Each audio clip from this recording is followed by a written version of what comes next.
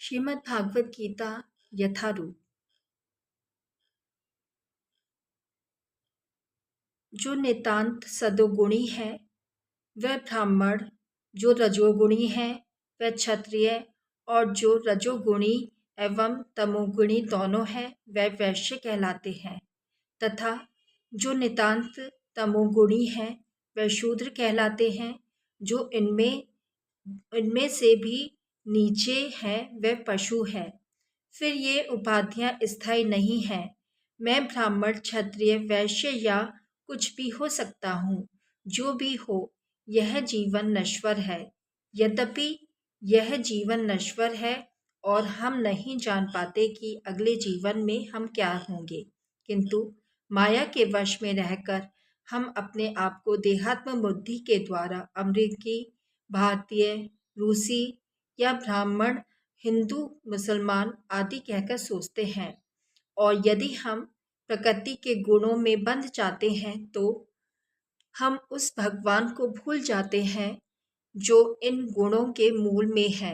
अतः भगवान का कहना है कि सारे जीव प्रकृति के इन गुणों द्वारा मोहित होकर यह नहीं समझ पाते कि इस संसार की पृष्ठभूमि में भगवान है।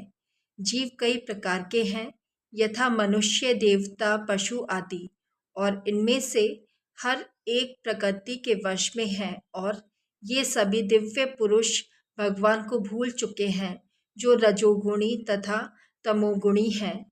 यहाँ तक कि जो सतोगुणी भी हैं, वह भी परम सत्य के निर्विशेष ब्रह्म स्वरूप के आगे नहीं बढ़ पाते।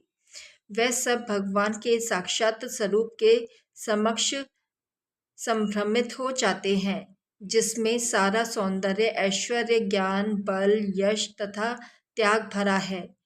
जब तम सतोगुणी तक इस स्वरूप को नहीं समझ पाते तो उनसे क्या आशा की जाए जो रजोगुणी तथा तमोगुणी है। कृष्ण भावनामृत प्रकृति के इन तीनों गुणों से परे है, और जो लोग निसंदेह कृष्ण भावनामृत में स्थित है वह ही वास्तव में मुक्त है। देवी हुषा गुणमयी मम माया दुरत्ययता दुर्तया मामेव ये प्रपंदे मायामितां तरंती ते। प्रकृति के 3 गुणों वाली इस मेरी देवी शक्ति को पार कर पाना कठिन है, किंतु जो मेरे